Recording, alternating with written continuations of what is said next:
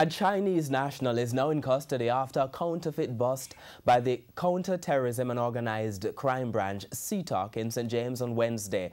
The bust led to the recovery of $10 million worth of goods from a haberdashery in the parish. TVJ's Anthony Lugg has that story. Nike, Converse, Gucci. Shoes, hats, and bags are among the $10 million worth of goods seized by the Counterterrorism and Organized Criminal Investigative Branch, CTOC, during an operation in St. James on Wednesday. 733 pairs of Converse sneakers, 240 Nike slippers, 372 pairs of Nike sneakers, 76 Adidas slippers, 76 pairs rather, 6 Louis Vuitton travel bags, 3 Gucci travel bags, 2 Puma hats, 5 Adidas hats, 18 Nike hats, 11 Jordan hats, and 15 Gucci purses. Head of CTOC, Assistant Commissioner Fitz Bailey, says 37-year-old Yun Sen Lee was arrested and charged with unlawful use of trademark.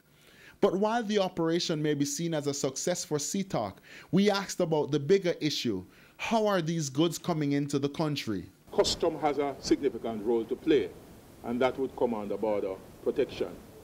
The fact is that I can't speak to the internal working of custom, but we normally work closely with custom as a unit, and so we will engage, we'll have dialogue in terms of the way forward. How can we mitigate, these goods coming into Jamaica?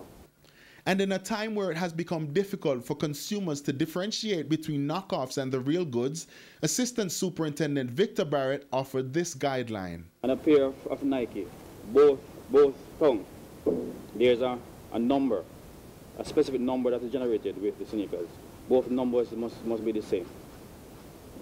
So if when you buy the sneakers and you look and you see the numbers, the UPC numbers, and on both tags are different, then that's a signal that it's counterfeit.